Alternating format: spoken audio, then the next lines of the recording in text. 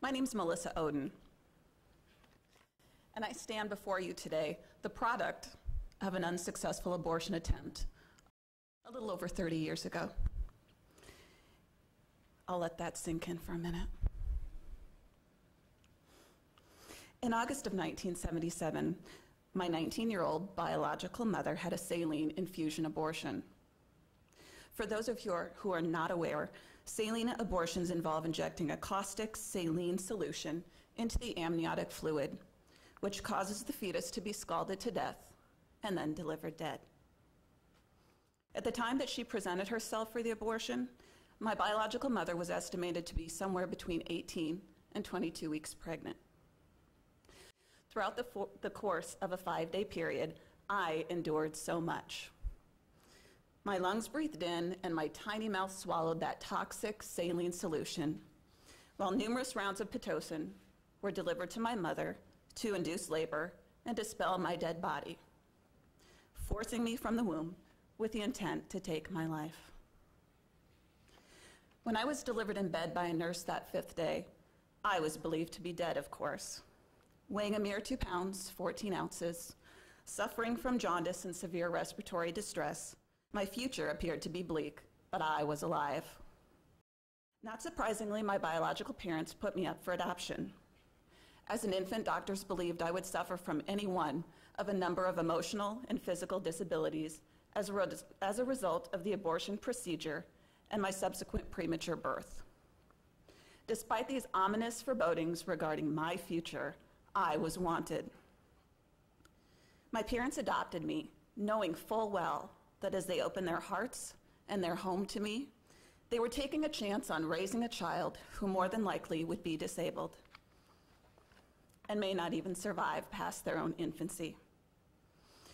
Honestly, it was a shock to find out the truth about how I entered this world, and that is a story that is way beyond anything I have time to talk about today. What I can tell you is that when I think about my adoptive mother having to tell me that story about the abortion, it hurts me more than I could probably ever put into words. The reality of the abortion, of never having me in her life, hurts her as much as it hurts me. A lot of people ask questions about the abortion and when I first started to tell my story. And to be honest with you, I've spent many years of my life being ashamed and guilty about the abortion attempt that my biological mother underwent. When I was younger, I was very hurt, assuming that so little was thought of me and my potential for life.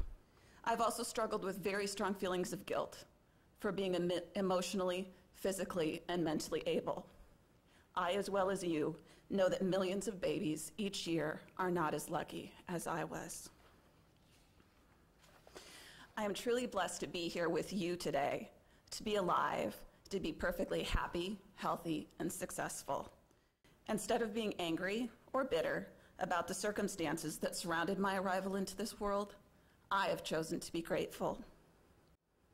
After many years of soul-searching and self-healing, the time has come for me to share my story with all of you and to provide a voice for those who are voiceless, the unborn children who are killed each day by abortion, and their mothers who felt driven to abortion. In the United States alone, it is estimated that 3,700 children's lives are ended each day by abortion.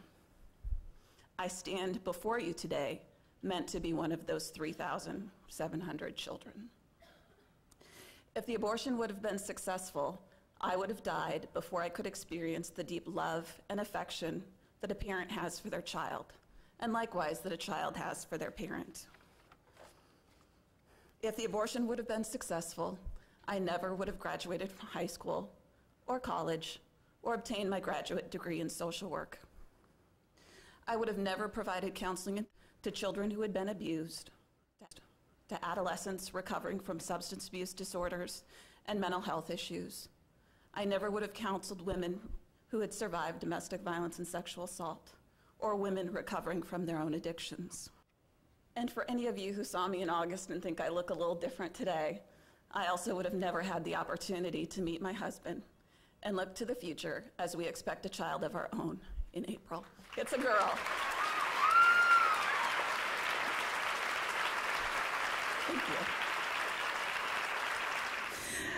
I truly believe that if my mother as an undergraduate student would have felt that there were more supports and more options available to her, whether it be marital, single, or the various options for adoption, for parenthood, and that there was support for those choices for her, that she didn't have to make that decision between her life as she knew it and her unborn child, that she would not have made that fateful decision that day to end my life.